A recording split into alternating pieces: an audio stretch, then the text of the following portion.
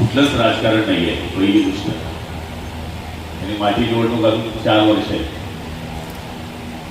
ग्रामपंचायतच्या निवडणुकीत आम्ही उभे राहत नाही. जिल्हा परिषद कधी लागेल माहित नाही, पण आपण समाजाचं काहीतरी देणं लागतो म्हणून हे काम मी करतोय. यांचे सगळ्यांचे आशीर्वाद त्याच्या भरोशावर ते करतोय. या गावाने पाळणीचा गुलाब पहिले पाहिलेला आहे, त्यामुळे मी गावाला गुलाब सांगावाही गरज नाही. इथे नात्याने माझ्या काकू बसलेल्या आहेत, नात्याने माझ्या बहिणी बसलेल्या आहेत, काही बहिणी बसलेल्या आहेत. फक्त देवाला एवढीच प्रार्थना आहे की सगळं दे देवा, पण आम्हाला गर्व देऊ नकोस. ज्या दिवशी आम्हाला गर्व येईल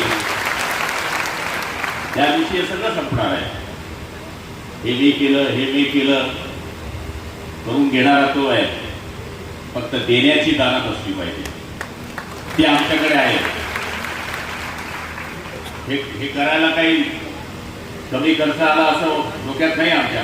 येऊ द्या खर्च. मी नेहमी सांगतो, साखरेच्या पोत्यावर बसून लोक साखर खाऊ शकत नाही, हे त्यांचं दुर्भाग्य आहे. आम्ही साखर खातोय, साखर वाटतोय. त्यामुळे हे आमच्या नशिबात असेल म्हणून आम्ही करतोय. आणि मी तर हेच सांगेन की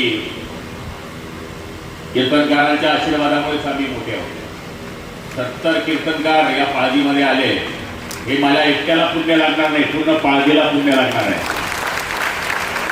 आणि पाळजीनेच मला मोठं केलं, पाळजी परिसराने मोठं केलं. एक सर्वसाधारण कुटुंबातला माणूस ज्यावेळेस उच्च शिखरावर जातो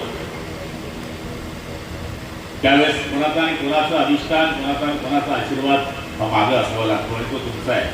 पुढच्या काळामध्ये जोपर्यंत माझ्या जीवात जीव आहे किंवा माझ्या जीवात जीव नसल्यानंतर जोपर्यंत माझी मुलं आहेत किंवा जोपर्यंत माझा हा GPS परिवार आहे तोपर्यंत हा सप्ताह कधीच बंद होणार नाही.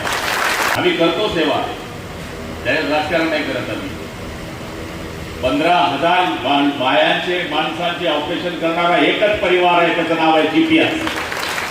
हे आम्ही करतो. आम्ही तिथे कोणाला विचारत नाही तो कोणत्या पार्टीचा आहे, तुझा डोळा कोणत्या पक्षाचा आहे,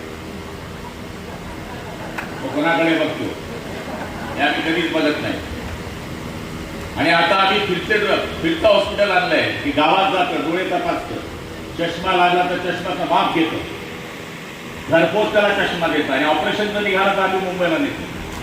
हे पण नाही करत, हे आम्ही करतो आणि केलं पाहिजे.